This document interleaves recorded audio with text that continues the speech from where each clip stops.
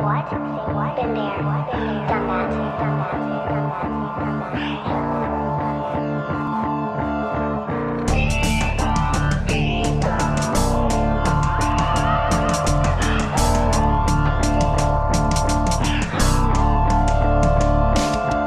Bigyan natin ng pansin ang mga dumadating na akala nyo ay hangin mabilis makarating. Maliit man inyong tingin, huwag nyo mamaliitin. Ang kumpiyansa sa sarili, malayo pang mararating. Tulad lang nakatingin sa makinang natitong inaabutin at sa kamay muli itong magniningin. Di nyo ba kayang tanggapin o sadyang mga sakin? Dagat man o lupa, impilit nyo lang inaangkin mga praning. Ang kanilang utak, naglaro sa ating dagat, patuloy na hinahamak, hindi nagpapaawat, pilit na pinapalawak. Sa Pinas karapat dapat inaboy sa pagsindak, Pilipino aming tatak.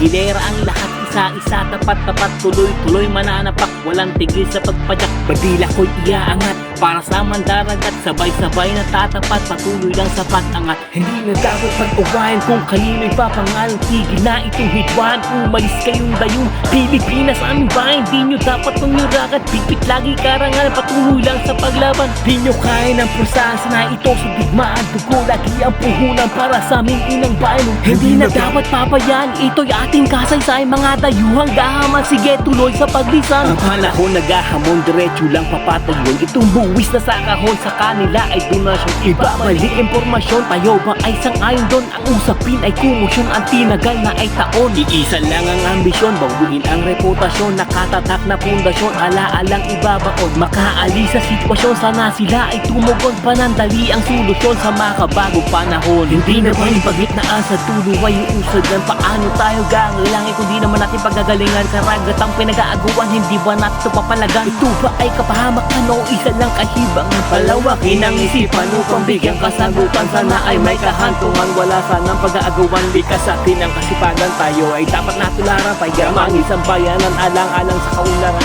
Alisin na ang sisihan, wala namang maitulito, wag na sanang panghinaan, patuloy lang sa paglaban, hatid magandang kapalaran patungo sa kaginawaan. Malayo na ang nilakaran, wala na dapat balikan sa atin ang kayamanan, ito ang perlas ng silanganan.